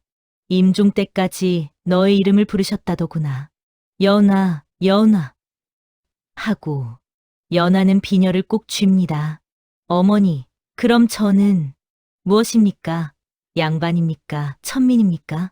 어머니는 딸의 손을 꼭 잡습니다. 너는 연하다. 그것만이 진짜란다. 하지만 신분도 혈통도 모두 세상이 정한 거짓이다. 중요한 건 내가 어떻게 사느냐는 것이다. 어머니가 딸의 얼굴을 어루만집니다. 너는 지금 행복하냐? 연하는 잠시 생각합니다. 남편의 얼굴이 떠오릅니다. 예, 행복합니다. 그럼 그것으로 충분하다. 내 삶만이 진짜란다, 연하야. 해가 저물어 연하는 암자를 떠나야 합니다. 다시 오겠습니다, 어머니. 아니다. 다시는 오지 마라, 어머니. 너는 이제 양반가의 부인이다. 나 같은 일을 찾아오면 의심을 살 것이다. 그저 행복하게 살아라. 그것이 이 어미가 바라는 전부다. 어머니는 딸을 꼭 안아줍니다. 사랑한다, 내 딸아. 저도 사랑합니다, 어머니. 가마를 타고 돌아가는 연하. 그녀는 품속의 비녀를 만지작거립니다. 나는 양반의 피를 타고났지만 천민으로 살았고 지금은 양반으로 살고 있다. 도대체 무엇이 진짜이고 무엇이 거짓인가? 하지만 어머니의 말이 가슴에 남습니다. 삶만이 진짜였다. 그녀는 눈을 감습니다. 이제는 알 것 같습니다. 신분도 출신도 모두 중요하지 않다는 것을. 중요한 건 지금 이 순간 자신이 어떻게 살아가느냐는 것. 저 멀리 저택의 불빛이 보입니다. 그곳에 남편이 기다리고 있을 것입니다. 그녀의 진짜 삶이 있는 곳으로. 연하는 잠 못 이루는 밤을 보내고 있습니다. 창밖으로 동이 트기 시작합니다. 그녀의 앞에는 두 가지가 놓여 있습니다. 하나는 숙부의 죄를 증명하는 편지와 증언들. 또 하나는 어머니가 준 은비녀. 어느 쪽을 선택해야 하는가. 연하는 남편에게 숙부의 죄를 넌지시 알렸습니다. 남편은 처음에는 믿지 않았지만 증거를 보고는 분노에 떨었습니다. 숙부가 감히 내 아내를. 서방님, 진정하십시오. 진정하라고? 내 가족이 내 아내를 죽였는데. 남편은 당장이라도 관가에 구하려 했습니다. 하지만 연하가 말렸습니다. 조금만 시간을 주십시오. 제게 생각할 시간이 필요합니다. 연하는 혼자 후원을 거닙니다. 국화가 만개한 정원, 그 아름다움이 오늘따라 쓸쓸하게 느껴집니다. 진실을 밝히면 어떻게 될까? 숙부는 벌을 받을 것입니다. 진짜 윤 씨의 억울함도 풀릴 것입니다. 하지만 그 다음은 사람들은 묻겠지요. 그럼 지금의 부인은 누구인가? 1년 전 죽었던 부인이 어떻게 살아난 것인가? 연하는 대청마루에 앉아 하늘을 바라봅니다.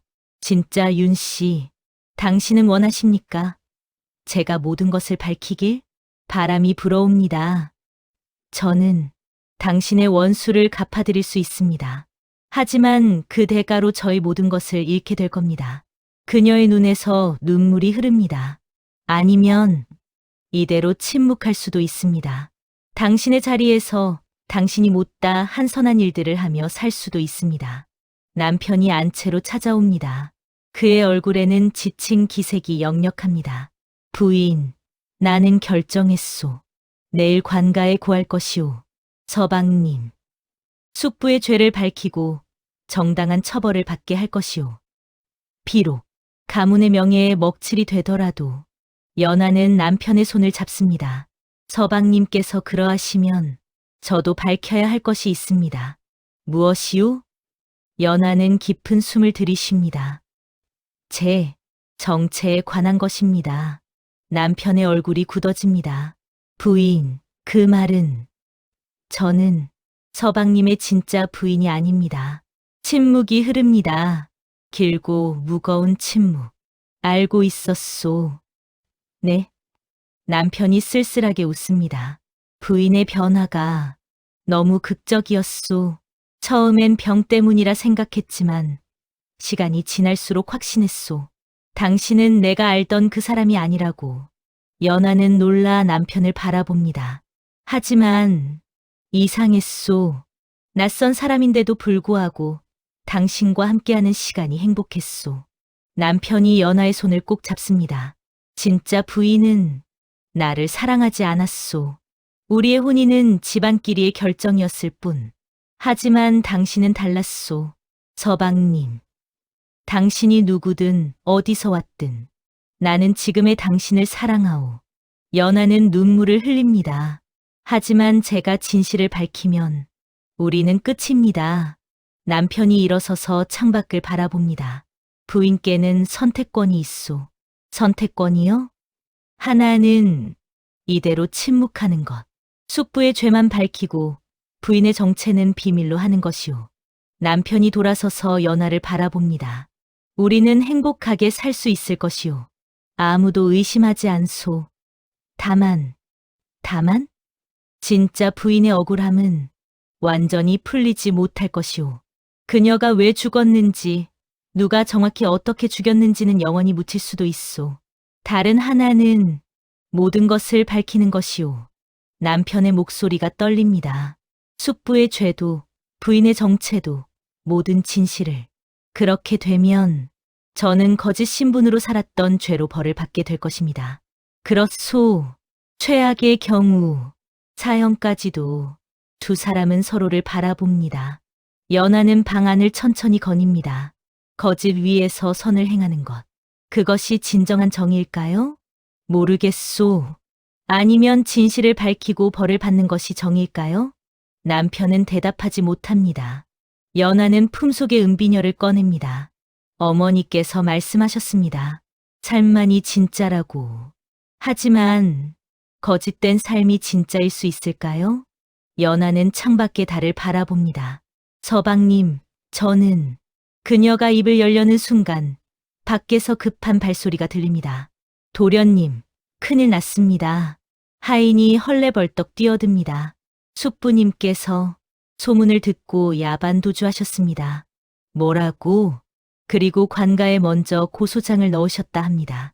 도련님과 마님께서 모함하고 있다고. 연하와 남편은 서로를 바라봅니다. 이제 선택의 여지가 없어졌군요. 연하가 조용히 말합니다. 우리가 먼저 나서지 않으면 오히려 우리가 역적이 될 것입니다. 남편이 고개를 끄덕입니다. 그렇소. 이제는 싸워야 하오. 연하는 일어섭니다. 그녀의 눈빛이 결연합니다. 좋습니다. 그렇다면 모든 것을 밝히겠습니다. 숙부의 죄도, 저희 정체도. 부인, 다만 한 가지. 연하가 남편의 손을 잡습니다. 진실만을 말하겠습니다. 어떤 거짓도 보태지 않고 어떤 진실도 숨기지 않겠습니다. 설령 그것이 부인을 위험에 빠뜨린다 해도? 예, 그것만이 진짜 윤 씨를 위하는 길이라 생각합니다. 동이 트고 있습니다. 연하는 가장 정중한 옷을 꺼내 입습니다. 남편 역시 관복을 차려 입습니다. 부인, 후회하지 않겠소? 연하는 미소 짓습니다. 후회는 이미 많이 했습니다. 이제는 떳떳하게 살고 싶습니다. 두 사람은 손을 맞잡고 대문을 나섭니다. 관가로 향하는 길, 진실을 향해 가는 길. 관아 앞에는 벌써 많은 사람들이 모여 있습니다. 박진사댁의 스캔들이 온 고을에 소문났기 때문입니다. 박 도련님께서 숙부를 고소하신다더라. 아니, 숙부가 먼저 고소했다던데 대체 무슨 일이래? 사또가 놀란 표정으로 두 장의 고소장을 바라봅니다. 이게 대체 어찌 된 일인가? 조카와 숙부가 서로를 고소하다니. 연하와 남편이 당당하게 앞으로 나섭니다. 사또 어르신, 소인이 먼저 말씀드리겠습니다. 남편이 증거들을 내놓습니다. 1년 전 소인의 아내가 급사했다고 알려졌습니다. 하지만 그것은 거짓입니다. 거짓? 그녀는 살해당했습니다. 소인의 숙부에 의해. 법정이 술렁입니다. 숙부가 벌떡 일어섭니다. 거짓말이오. 이것은 모함이오. 모함이 아니오. 남편이 편지를 내밉니다. 여기 증거가 있소. 숙부께서 재산을 탐내 아내를 죽이려 한 정황이. 증인을 부르겠습니다. 늙은 여종이 떨리는 걸음으로 들어옵니다. 소인은 그날 밤을 목격했습니다. 마님의 약에 이상한 가루가 들어가는 것을.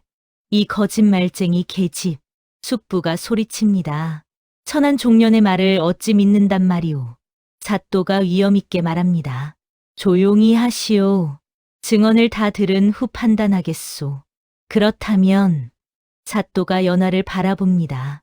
부인께서도 할 말씀이 있으시오? 연하가 앞으로 나섭니다. 그녀의 손은 떨리지만 목소리는 또렷합니다. 예, 사또 어르신. 소인에게 고할 것이 있습니다. 말씀하시오. 소인은 박진사댁의 진짜 부인이 아닙니다. 법정이 술렁입니다. 남편조차 긴장한 표정으로 연하를 바라봅니다. 소인은 원래 천민이었습니다. 연하라는 이름의 노비였습니다. 사람들이 웅성거립니다. 1년 전 소인은 관가에서 형을 받고 죽었습니다. 그런데 연하의 목소리가 떨립니다.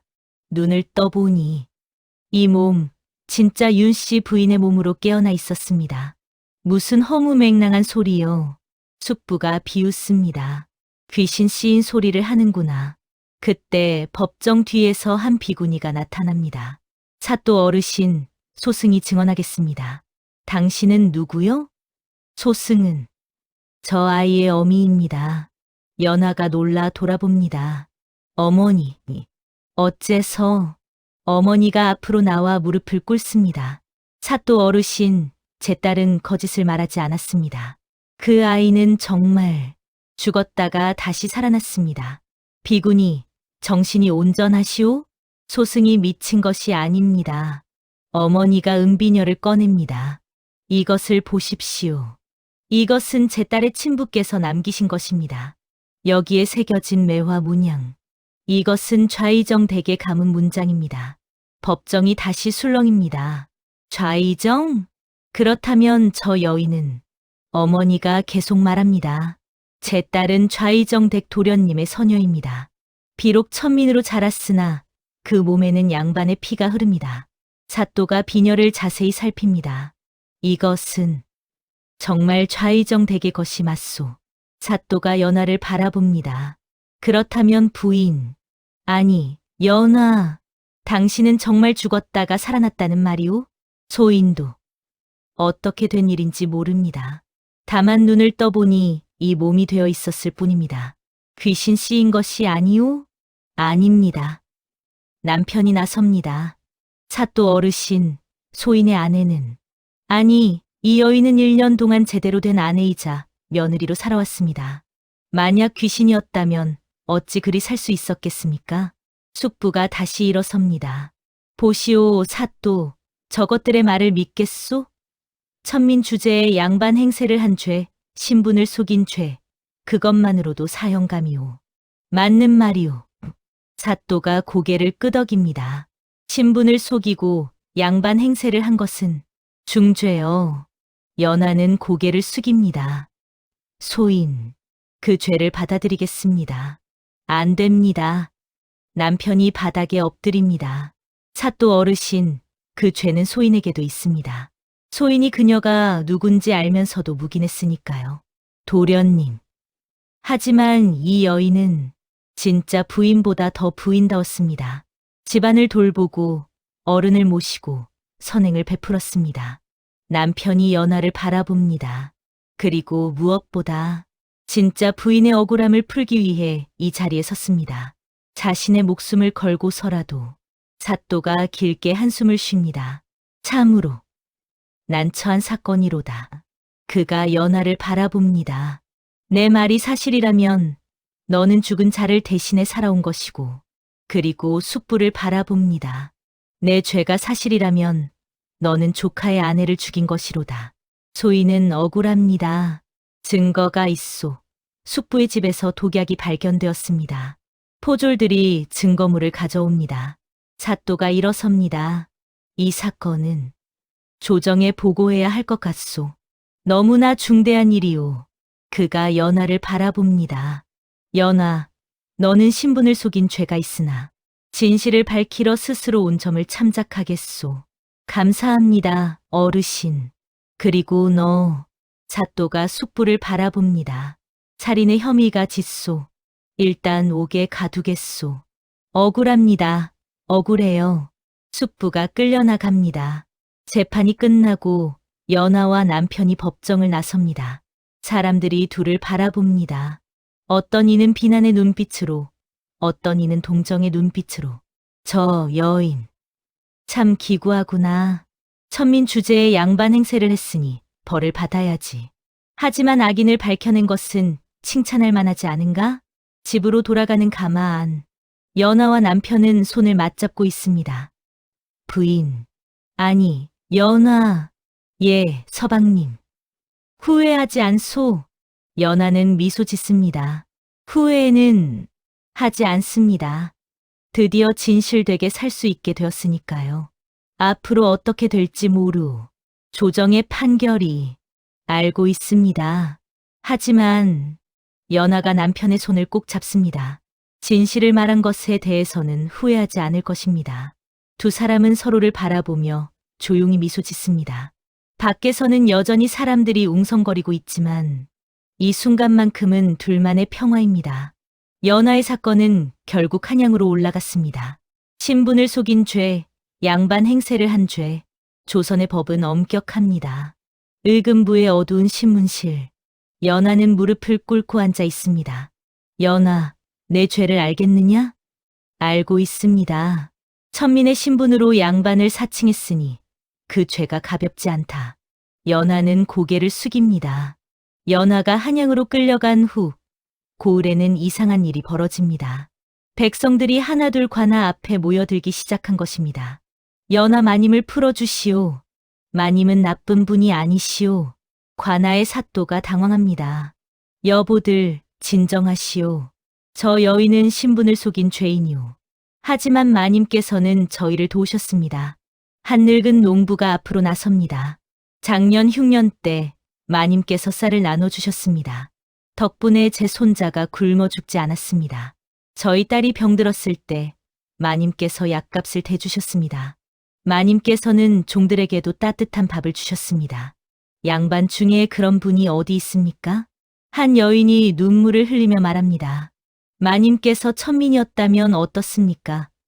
마님의 마음씨는 그 어떤 양반보다 고귀했습니다. 사또의 책상 위에는 탄원서가 쌓여갑니다.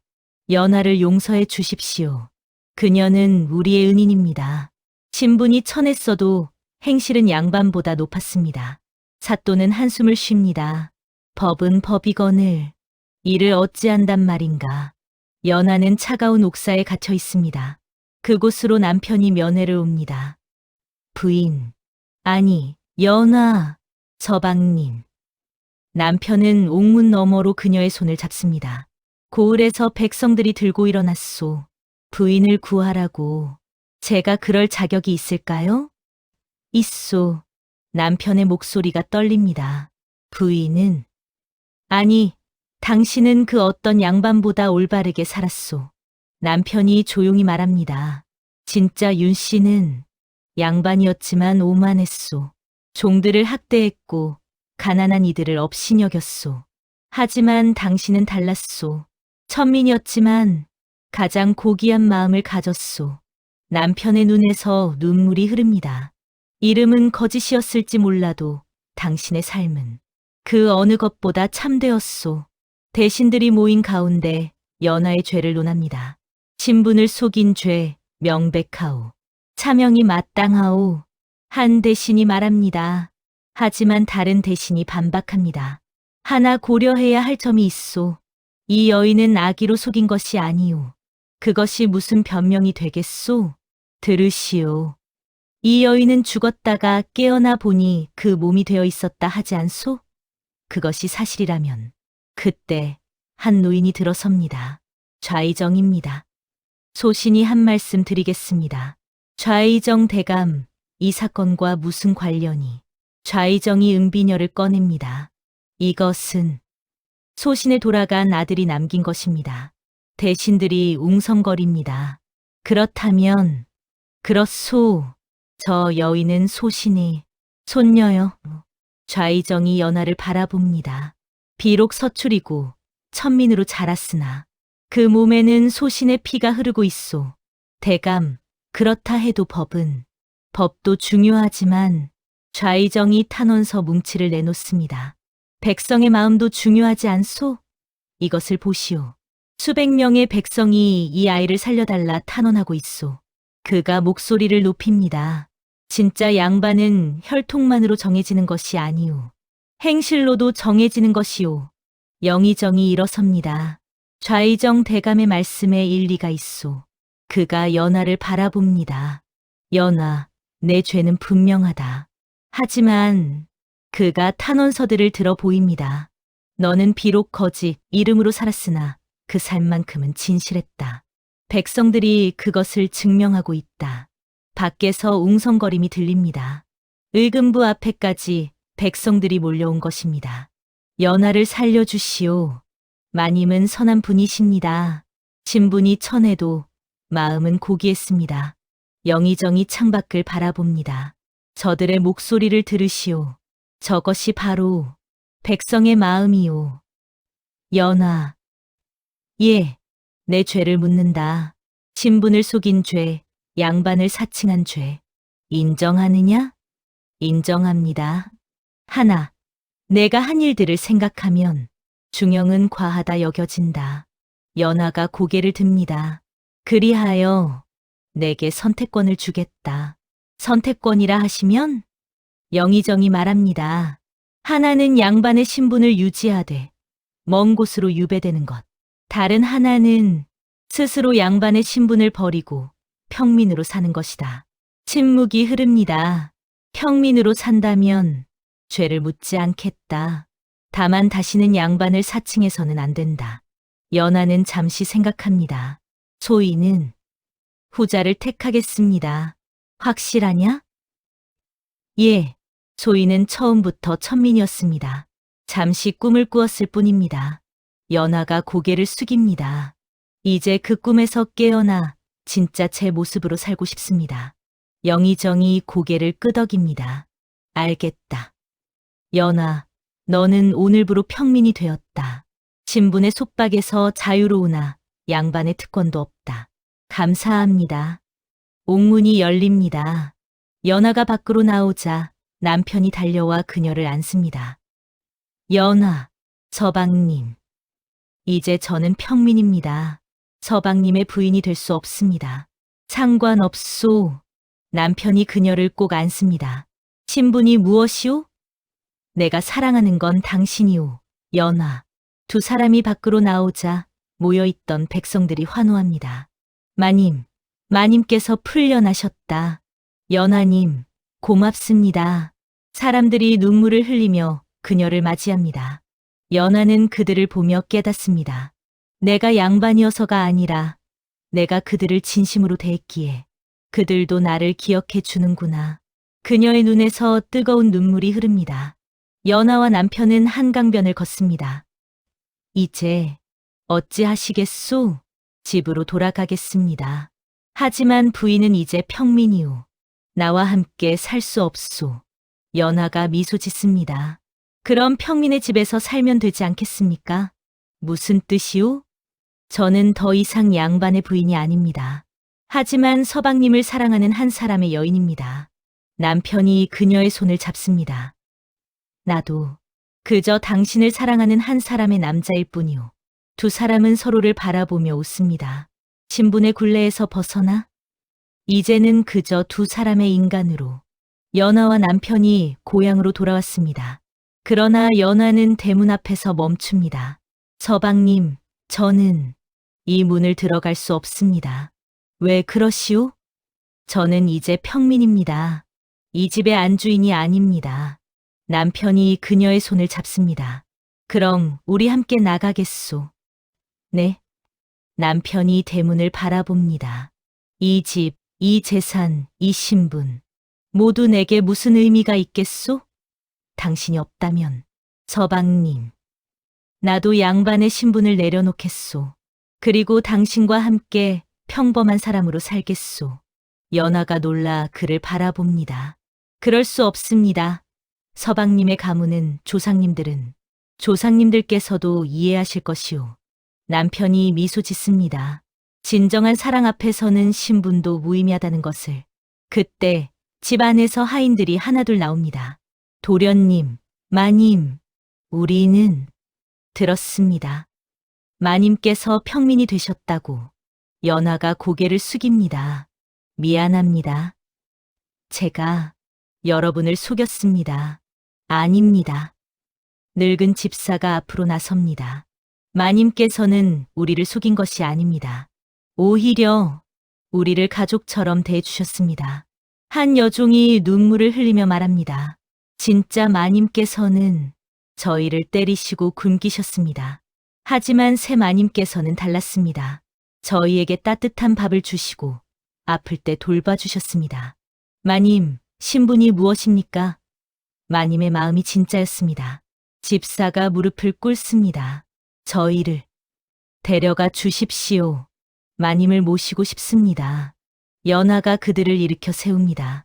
여러분, 저는 이제 아무것도 없습니다. 여러분을 먹여 살릴 수도 없습니다.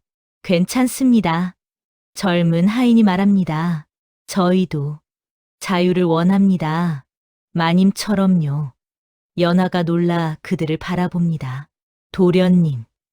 집사가 남편을 바라봅니다. 저희에게 양인 문서를 주십시오. 저희도 마님처럼 자유로운 평민이 되고 싶습니다. 남편은 잠시 망설이다 고개를 끄덕입니다. 알겠소. 집으로 들어가 문서를 준비하겠소. 1시간 후 모든 종들이 마당에 모입니다. 남편이 하나하나 양인 문서를 나눠줍니다. 오늘부로 너희는 모두 자유다. 원하는 곳으로 가도 좋고 원한다면 그가 연하를 바라봅니다. 우리와 함께 새로운 삶을 시작해도 좋다. 놀랍게도 대부분의 하인들이 남기로 합니다. 저희는 마님과 도련님을 따르겠습니다. 신부는 자유로우나 마음은 함께하고 싶습니다. 연하는 눈물을 흘립니다. 고맙습니다. 여러분, 집을 나서는 그들을 보려고 마을 사람들이 모여듭니다.